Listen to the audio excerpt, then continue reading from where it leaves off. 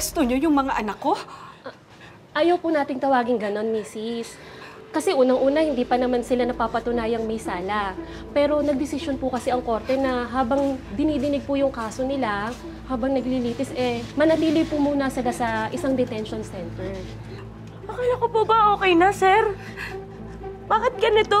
Sabi niyo, huwag na namin isipin yung kaso eh. Ano nangyayari? May nakitang probable cause ang korte para kasuhan kayo. Pero tulad na ng sabi ni Ma'am Helen, huwag niyo munang isipin na hinahatulan kayo. Dadaan ito sa proseso. Ayoko po makulong. Dito lang po ako, sir. Nay, ayoko po Ma'am, mga sir, huwag niyo dalhin sa detention facility ang mga anak ko. Nakikiusap po ako.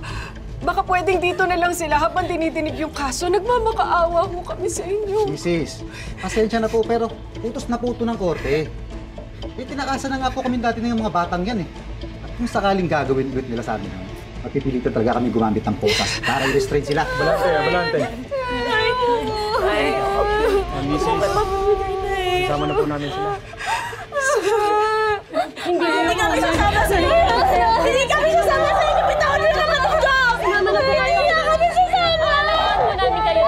Alagaan po namin kayo.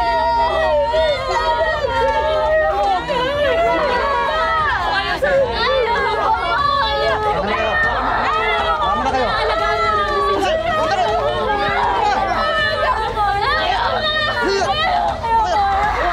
Ipaposes namin kayo!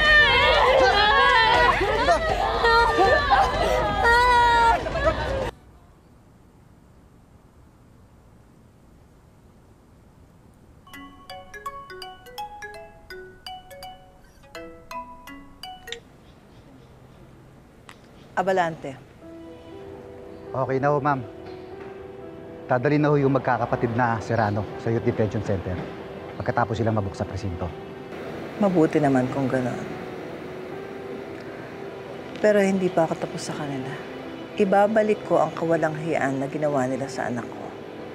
Habang buhay na pagdurusang sisingilin ko sa kanila. Ipapatikim ko sa kanila ang galit ng isang ina na nawala ng anak.